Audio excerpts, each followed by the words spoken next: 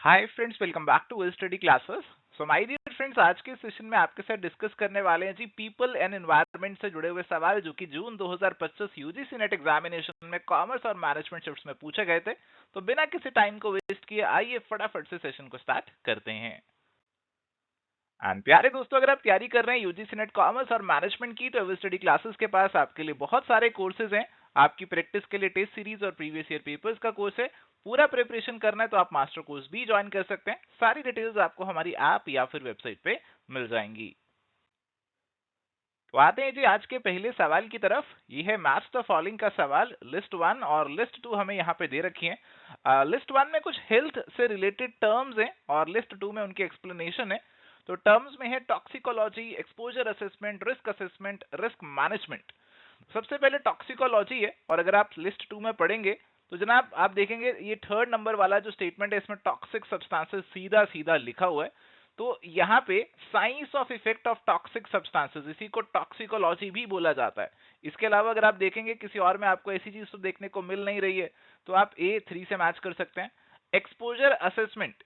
Exposure assessment का मतलब क्या हुआ कि यहाँ पे हम असेस करने की कोशिश कर रहे हैं किसी चीज का इम्पैक्ट, कि अगर आपको पोल्यूशन का एक्सपोजर हो रहा है, इन्वायरमेंट में कुछ कंटेमिनेंट्स आ रहे हैं, उनका इम्पैक्ट क्या होगा ह्यूमंस के ऊपर, उसके एक्सपोजर से ह्यूमंस को क्या इम्पैक्ट होगा। तो ये एक्सपोजर असेसमेंट आप यहाँ पे बोल सकते हैं, और ये चीज हमें देखने को मिल रही है पॉइंट नंबर 4 के अंदर। अगले दोनों रिस्क से जुड़े हुए हैं जी। अब रिस्क से जुड़े हुए हैं, पहला है रिस्क असेसमेंट और दूसरा है रिस्क मैनेजमेंट।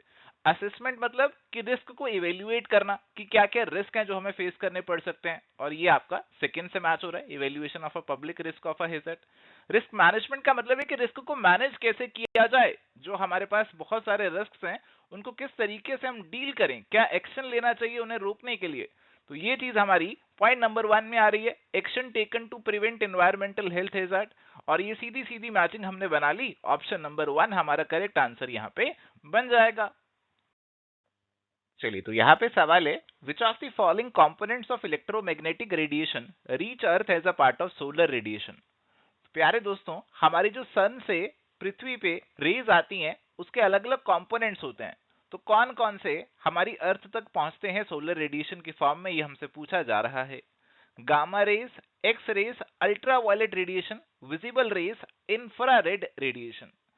तो प्यारे दोस्तों, जब सोलर एनर्जी हमारी अर्थ पे आती है तो आपको एक तो आपने सुना होगा यूवी रेज, तो आपने पक्का पक्का से सुना होगा, यूवी रेज सुना होगा कि यूवी रेडिएशन आती है, इससे हमें स्किन कैंसर हो सकता है, और जो हमारा ओजोन लेयर का डिप्लीशन हो रहा है तो ये कहीं ना कहीं ये सब चीजों को प्रमोट कर सकती है। तो ये सब चीजें तो आपने पक्का सुनी होंगी। सी तो आपको पता होगा कि आंसर में आएगा, और अगर आप देखेंगे तो सी हमारा 1, 2 और 4 में आ भी रहा है।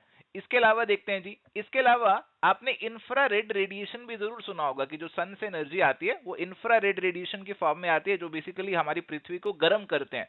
जब आपने अपने पीपल एनवायरनमेंट में अपना हीट बजट का टॉपिक पढ़ा होगा, सोलर एनर्जी किस तरीके से हमारी पृथ्वी को गर्म करती है, जहां आपने ये सब चीजें पढ़ी होंगी, यहाँ पे आपने ग्रीन हाउस इफेक्ट ये सब चीजें पढ़ी होंगी, वहां पे आपने इस इंफ्रारेड रेडिएशन के बारे में भी जरूर पढ़ा होगा। ये रेडिएशन हमारी पृथ्वी को गर्म करती है।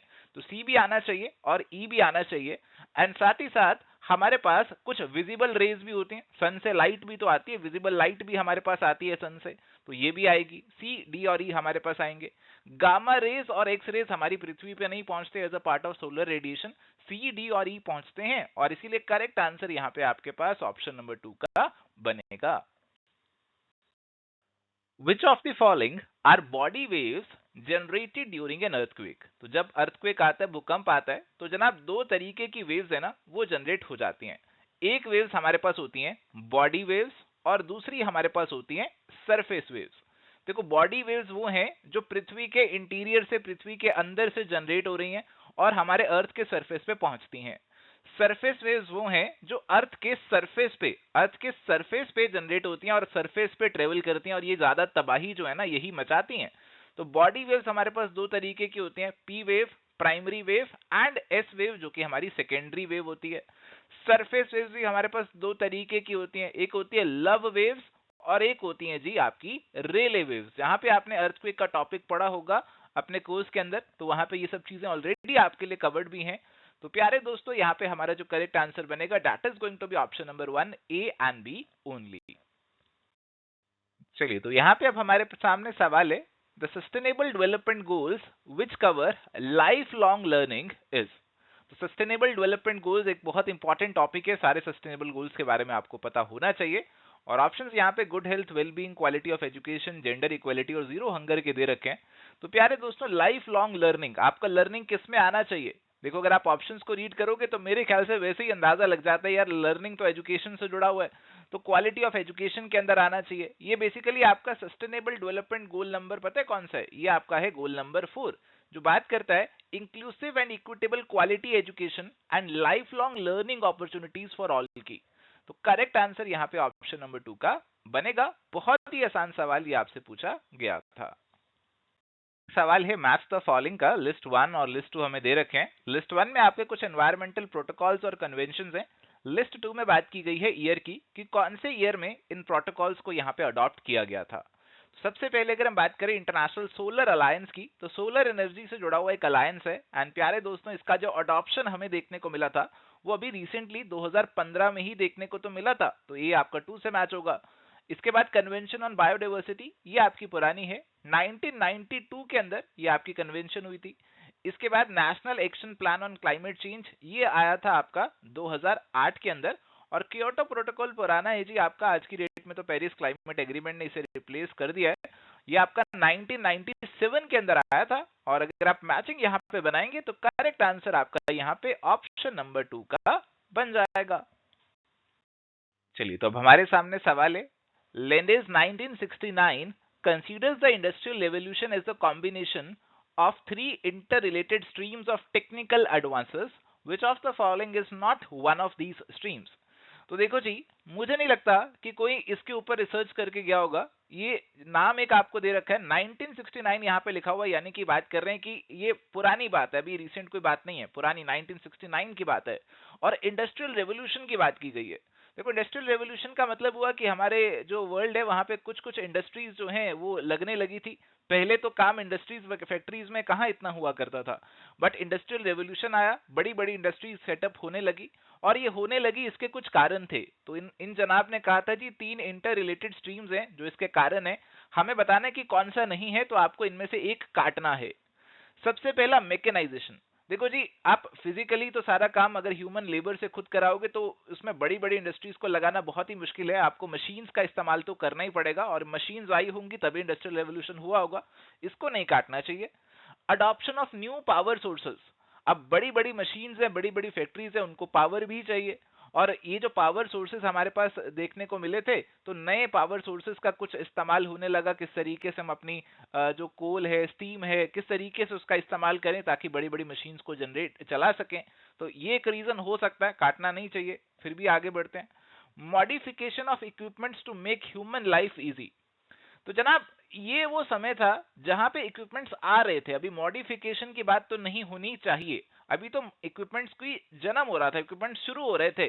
जो बड़े बड़े आपके इक्विपमेंट्स है जो आपकी लाइफ को आसान बनाएंगे वो बनने शुरू हो रहे थे, उनकी मॉडिफिकेशन की बात करना थोड़ा सा गलत है यहाँ पे, ये मुझे लगता नहीं आना चाहिए। आगे है extensive use of raw material, new raw material. तो आपके नए रॉ मटेरियल आयरन है, आपका कोल है, वो सब का इस्तेमाल होने लगा था, और फिर बड़ी बड़ी इंडस्ट्रीज लगाई जाने लगी थी। तो जिस किसी को भी थोड़ा सा आइडिया है ना हमारे इंडस्ट्रियल रेवोल्यूशन के बारे में, थोड़ा सा आइडिया है ये सब चीजों के बारे में, तो मुझे लगता है उसके लिए काफी इजी होगा। तो आपका ये जो पेपर है, जो जनरल स्टडीज का पेपर है, उसमें एग्जामिनर आपसे चाहते हैं कि आपको थोड़ी बहुत जनरल नॉलेज होनी चाहिए, और ये सवालों में आपको अप्लाई करनी पड़ेगी, क्योंकि हम ऐसे याद करके नहीं जा सकते कि किस ऑथर ने किस चीज के बारे में क्या कहा है। एंड यहाँ पे आप अपनी अंडरस्टैंडिंग के बेसिस पर लगा सकते हैं कि करेक्ट आंसर ऑप्शन नंबर 3 का होना चाहिए। चलिए, तो अब हमारे सामने सवाल है, the global education development agenda reflected in goal 4 SDG 4 of the 2030 agenda for sustainable development was adopted by India in. तो प्यारे दोस्तों, सस्टेनेबल डेवलपमेंट गोल्स की बात हो रही है, पूछ रहे हैं जी SDG 4 जो हमारा है वो इंडिया ने कब अडॉप्ट किया। देखो, जो हमारे सारे सस्टेनेबल डेवलपमेंट गोल्स हैं उनकी जो अडॉप्शन हुई थी वो 2015 में हुई थी, तो इंडिया ने भी 2015 में ही अडॉप्ट किया। करेक्ट आंसर यहाँ पे आपके पास ऑप्शन नंबर 4 का बनेगा। चलिए, तो यहाँ पे सवाल है, which of the following is the correct increasing order of the frequency of electromagnetic waves. तो प्यारे दोस्तों, हमारी अलग अलग तरीके की इलेक्ट्रोमैग्नेटिक वेव्स होती हैं, तो आपको इंक्रीजिंग ऑर्डर ऑफ फ्रीक्वेंसी में उन्हें अरेंज करना है। तो ये वाला सवाल देखो, अगर आप कॉमर्स मैनेजमेंट के हैं तो आपके लिए आंसर करना डेफिनेटली मुश्किल है। अगर आप साइंस बैकग्राउंड से है तो शायद आपने बहुत आसानी से आंसर कर लिया हो। तो अलग अलग रेज हैं और आप देख सकते हैं इनकी फ्रीक्वेंसी कैसे रहती है। फ्रीक्वेंसी और वेवलेंथ दोनों आपको यहाँ पे देखने को मिल रहे हैं। तो सबसे ज्यादा फ्रीक्वेंसी आप अगर आप देखेंगे तो किसकी आपको देखने को मिल रही है, तो सबसे ज्यादा फ्रीक्वेंसी तो सबसे नीचे आप आ जाइए, ये गामा रेज की आपको देखने को मिल रही है। और सबसे कम फ्रीक्वेंसी की बात करें तो आपके पास है रेडियो वेव्स। तो ऊपर ऊपर से आप देख रहे हैं, ऊपर से नीचे जा रहे हैं और नीचे आपकी जो फ्रीक्वेंसी है वो बढ़ती जा रही है। तो इंक्रीजिंग ऑर्डर में लगाना है तो सबसे पहले आपकी रेडियो वेव्स आएंगी, उसके बाद आपकी माइक्रोवेव और इंफ्रारेड आएंगी, और फाइनली आपकी जो विजिबल हैं लाइट वेव्स हैं वो यहाँ पे आएंगी। और ये ऑर्डर जो हमारा बनेगा वो ऑप्शन नंबर 1 के अकॉर्डिंग यहाँ पे बन जाएगा। So that is going to be the correct answer. चलिए, तो यहाँ पे हमारे सामने सवाल है, choose the correct statements from the following regarding targets under sustainable development goals. तो हमारे जो सस्टेनेबल डेवलपमेंट गोल्स के अंदर टारगेट है उनको लेकर कुछ स्टेटमेंट्स आपको यहाँ पे दे रखी है। जैसे target under SDG 8 is to sustain 7% GDP in least developed countries. देखो, अगर SDG 8 आपको पता है तो आप ये अंदाजा लगा सकते हैं कि सही होगा या नहीं होगा। वैसे भी अगर आप ऑप्शंस पे नजर डालेंगे तो आप देखेंगे सब में ऑप्शन नंबर ए तो आ ही रहा है, इस पे दिमाग लगाने का कोई फायदा नहीं है। वैसे SDG 8 की बात करें तो डिसेंट वर्क और इकोनॉमिक ग्रोथ से जुड़ा हुआ है, और इकोनॉमिक ग्रोथ से जुड़ी हुई चीजें इसके अंदर आ सकती हैं, ये वैसे भी सही है। आगे चलते हैं जी। Target under SDG 3 is to ensure universal access to sexual and reproductive health care by 2030। तो SDG 3 आपका किससे जुड़ा हुआ है, ये आपको मालूम है, हेल्थ से जुड़ा हुआ है, और हेल्थ की बात ही यहाँ पे हो रही है, तो ये सही हो सकता है। टारगेट अंडर SDG 4, SDG 4 आप जानते हैं किससे जुड़ा हुआ है, एजुकेशन से जुड़ा हुआ है। Ensure equal access for all men and women to affordable quality higher education by 2030। तो बिल्कुल एजुकेशन की बात हो रही है। और 2030 तो हमारा सब में ही आएगा, क्योंकि 2030 तक की तो हमें ये गोल्स को अचीव करने की कोशिश करनी है, ऐसा तो जनरली है, तो इसको लेकर परेशान नहीं होना। टारगेट अंडर SDG 7, SDG 7 आपको पता है किससे जुड़ा हुआ है, ये आपका जो जुड़ा हुआ है ये जुड़ा हुआ है आपका अफोर्डेबल और क्लीन एनर्जी से। पर बातें यहां कौन सी हो रही हैं, resilient infrastructure, promote inclusive and sustainable industrialisation and foster innovation. ये सब बातें SDG 7 की नहीं है, ये सब बातें हैं SDG 9 की। SDG 9 अगर आप देखेंगे तो वो बातें करते हैं ऐसी की बिल्डिंग रिजिलियंट इंफ्रास्ट्रक्चर, ये सब उसके अंदर आता है। तो SDG 7 में नहीं आता, तो ये वाला तो जनाब हमारा गलत होगा। इसके बाद SDG 6 है, to improve water quality by reducing pollution by 2030। बिल्कुल SDG 6 आपका क्लीन वाटर से ही जुड़ा हुआ है, तो ये वाला भी आपका सही होगा।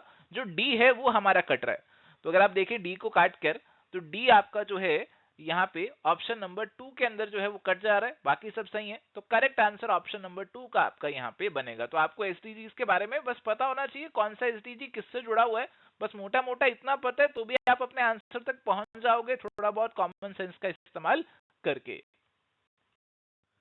चलिए, तो अब हमारे सामने सवाल है, what is the major source of pollutant lead in the homes. तो जो आपका पॉल्यूटेंट है लेड, उसका मेजर सोर्स हमारे घरों में कौन सा है, फर्नीचर, पेंट, यूटेंसिल्स या फिर नोटबुक। ये तो बहुत ही आसान सवाल है। आपने बहुत सारी शायद एड्स में भी देखा होगा, जो पेंट्स की एड होती है उनमें प्रमोट किया जाता है कि जी इस पेंट के अंदर आपका लेड का लेवल कम है या फिर लेड नहीं है। तो लेड जो है ना, ये नॉर्मली आपका पेंट्स के अंदर देखने को मिलता है। तो जो आप पेंट वगैरह कराते हैं उसमें जो लेड वगैरह होता है वो डला होता है, और कई बार आपके पेंट की पपड़ी वगैरह उतरती है, तो वो सब चीजें ना पोल्यूशन जनरेट करती हैं, और अगर कोई कंज्यूम कर लेता है उसे तो और भी दिक्कत हो सकती है। तो ये जो है ना करेक्ट आंसर हमारा ऑप्शन नंबर 2 का बना देते हैं, option 2 will be the correct answer. चलिए, तो जनाब यहाँ पे हमारे सामने एक सवाल है, arrange the sequence of processes leading to formation of ozone hole. तो जनाब हमारा जो ओजोन लेयर है उसके अंदर जो होल हो रहा है, उसके अंदर जो छेद हो रहा है, उसके क्या कारण है ये आपसे पूछ रहे हैं, और करेक्ट ऑर्डर में अरेंज करने के लिए भी बोल रहे हैं। देखो, सवाल का लेवल थोड़ा सा हाई है, हर किसी के लिए आंसर करना पॉसिबल नहीं है, बट एक बार फिर भी इसे देखने की कोशिश करते हैं, क्योंकि देखो एनवायरनमेंट में कितने भी सवाल आपसे पूछे जाएं तो सब सवालों में आप महारथी नहीं हो सकते, एक्सपर्ट नहीं हो सकते, बहुत सारी टेक्निकल चीजें होती हैं जो शायद आपको नहीं मालूम होंगी। फिर भी एक बार नजर डालते हैं कि आगे अगर ऐसा सवाल आ जाए तो क्या सीक्वेंसिंग यहाँ पे रहनी चाहिए। देखो, सबसे पहले यहाँ पे बनेगा पोलर वॉर्टेक्स। देखो, पोल्स पे यहाँ पे बहुत ठंड हो जाती है, उसे ही पोलर वॉर्टेक्स का नाम भी दे दिया जाता है। तो यहाँ पे जो पोलर वोर्टेक्स है ना, उसकी फॉर्मेशन सबसे पहले होगी, और लास्ट में आपका ओजोन डिस्ट्रक्शन होगा। बी सबसे पहले आएगा और ई आपका सबसे लास्ट में आएगा, और इसके बीच में हमारे पास क्या रहता है, वॉर्टेक्स फॉर्मेशन होगा। उसके बाद low temperature polar stratospheric clouds बन जाएंगे, जो आपके पोलर रीजन है, जैसे अंटार्कटिका है, तो वहां पे पोलर वॉर्टेक्स का मतलब बहुत ठंड हो गई। उसके बाद वहां पे कम टेम्परेचर वाले ठंडे वाले स्ट्रेटोस्फेरिक क्लाउड्स बन जाते हैं, ठंड के कारण वहां पे स्ट्रेटोस्फेरिक ठंडे वाले क्लाउड्स बन जाएंगे। तो 1 के बाद आपका 2 ये आएगा। इसके बाद वहां पे डीह्यूमिडिफिकेशन और डीनाइट्रिफिकेशन हो जाएगी, यानी कि आपके वहां पे कुछ केमिकल रिएक्शंस होंगे, और उनकी वजह से आपका जो पानी है और जो नाइट्रोजन है वो यहाँ पे आपका खत्म हो जाएगा। डी का मतलब तो यही है, निकल जाएगा, खत्म हो जाएगा।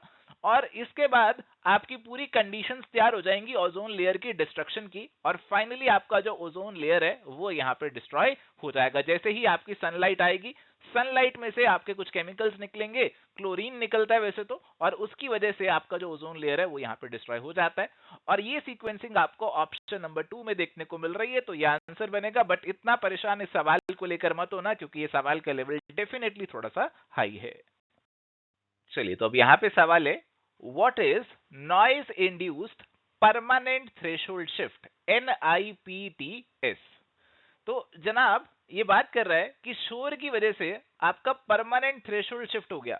हमारे ना सुनने के कुछ थ्रेशोल्ड होते हैं, यानी कि कौन सी साउंड है जो आप सुन सकते हो, ये आपने पढ़ा होगा जब आप नॉइज पोल्यूशन का टॉपिक पढ़ रहे होंगे ना, तो ये सब चीजें आपने पढ़ी होंगी।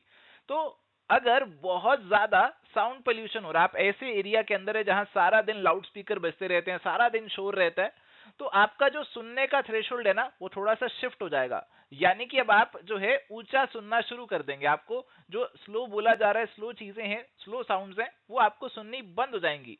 तो इतना पोल्यूशन की वजह से, नॉइस पोल्यूशन की वजह से आपका सुनने का थ्रेशोल्ड परमानेंटली शिफ्ट हो गया। तो ये कब होगा, देखते हैं ऑप्शंस को एक बार। Shift due to exposure of high level sound for comparatively short period. देखो, थोड़े से शॉर्ट पीरियड के लिए हाई लेवल साउंड है तो उससे तो नहीं होगा, क्योंकि हम सभी जाते हैं शादियों में, डीजे पे डांस वांस करते हैं, तो थोड़ा सा तेज म्यूजिक सुनने से तो नहीं होता ना अपना threshold shift. Shift due to honking of vehicle, नहीं जी, हम सारे जो हैं हॉन्क करते हैं, सारे हॉर्न बजाते हैं तो सुनते भी हैं, तो ये सबसे कहां शिफ्ट हो जाएगा permanently. Shift in permanent threshold due two years of high level industrial noise, तो बिल्कुल जी, ईयर्स ऑफ, बहुत लंबे समय से आप बहुत ज्यादा इंडस्ट्रियल नॉइज सुन रहे हैं, तो इससे परमानेंट थ्रेशोल्ड आपका शिफ्ट हो सकता है। तो पॉइंट नंबर 3 यहाँ पे बिल्कुल सही है। पॉइंट नंबर 4 कह रहे हैं शॉर्टर नॉइज एक्सपोजर, तो ये भी यहां से कट जाएगा। जो शॉर्ट पीरियड के लिए होता है ना, उसे परमानेंट नहीं बोला जाता, उसे टेम्परेरी बोला जाता है। तो थोड़े थोड़े समय के लिए अगर आप एक बहुत तेज डीजे के साथ खड़े होते हैं, तो आपके कानों में वो आवाज थोड़े समय के लिए गूंजती रहती है, वो टेम्परेरी होता है। बट जो परमानेंट होगा वो आपका लंबे समय के एक्सपोजर से होगा। तो करेक्ट आंसर यहाँ पे आपका ऑप्शन नंबर 3 का रहेगा। चलिए, तो यहाँ पे आपके पास एक मैथ्स ऑफ फॉलोइंग का सवाल है। लिस्ट 1 लिस्ट 2 आपको दे रखे हैं। लिस्ट 1 में टाइप्स ऑफ डिजास्टर हैं, और लिस्ट 2 में आपको दिए उनके कॉन्सिक्वेंसेस। तो सबसे पहले हमें देखने को मिल रहा है जी बायोलॉजिकल डिजास्टर। तो बायोलॉजिकल डिजास्टर की अगर हम बात करें तो बायोलॉजिकल ऑर्गेनिजम्स की वजह से हो सकता है, जैसे आपका इंसेक्ट्स की इन्फेस्टेशन हो गई, उसकी वजह से कोई महामारी एपिडेमिक फैल गया, तो ये आपका एक बायोलॉजिकल डिजास्टर जो है वो बनेगा। तो ये आपका 2 से मैच होना चाहिए। इसके बाद है जियो फिजिकल डिजास्टर। जियो फिजिकल डिजास्टर जो है वो बेसिकली आपकी जो ज्योग्राफी है उससे जुड़ा होगा, और इसे आप किससे मैच कर सकते हैं, यहाँ पे आपका अर्थक्वेक, वॉल्केनो, लैंडस्लाइड, जो ज्योग्राफिकल फॉर्मेशंस हैं उनसे अराइज ये आपके हो रहे हैं। हाइड्रोमीटरोलॉजिकल डिजास्टर, तो हाइड्रो का मतलब तो पानी होता है, तो पानी कौन सा हुआ आपका, जो फ्लड है, स्ट्रॉम है, पानी की कमी से ड्रॉट भी हो सकता है, तो ये आपका हाइड्रोमीटरोलॉजिकल डिजास्टर की कैटेगरी में आ जाएगा। एंथ्रोपोजेनिक, एंथ्रो का मतलब होता है इंसान, तो इंसानी कारणों की वजह से डिजास्टर हो रहा है, तो जो आपका ट्रांसपोर्ट डिजास्टर है, राइट्स हैं, तो ये सब इंसान खुद करवा रहे हैं, तो ये आपका डी जो है 3 से मैच हो जाएगा। तो बड़ी आसानी से आंसर हमारा यहाँ पे ऑप्शन नंबर 3 का बन जाएगा। तो थैंक यू प्यारे दोस्तों, ये थी आज की हमारी चर्चा पीपल एंड एनवायरनमेंट के सवालों के ऊपर। एक बार फिर से आपको बता दूं कि ये वाला यूनिट जो है ना, इसका कोई दायरा नहीं है, कोई स्कोप नहीं है। आपकी पढ़ाई और आपकी जनरल अंडरस्टैंडिंग आपको मदद करेगी सवालों को सॉल्व करने में। प्रैक्टिस कीजिए ज्यादा से ज्यादा, ताकि आपकी ओवरऑल सवाल को हैंडल करने की कैपेबिलिटी जो है, क्षमता जो है वो बढ़ जाए। जाते जाते इस वीडियो को लाइक जरूर करना। मिलते हैं नेक्स्ट सेशन में। Till then goodbye, take care, all the best.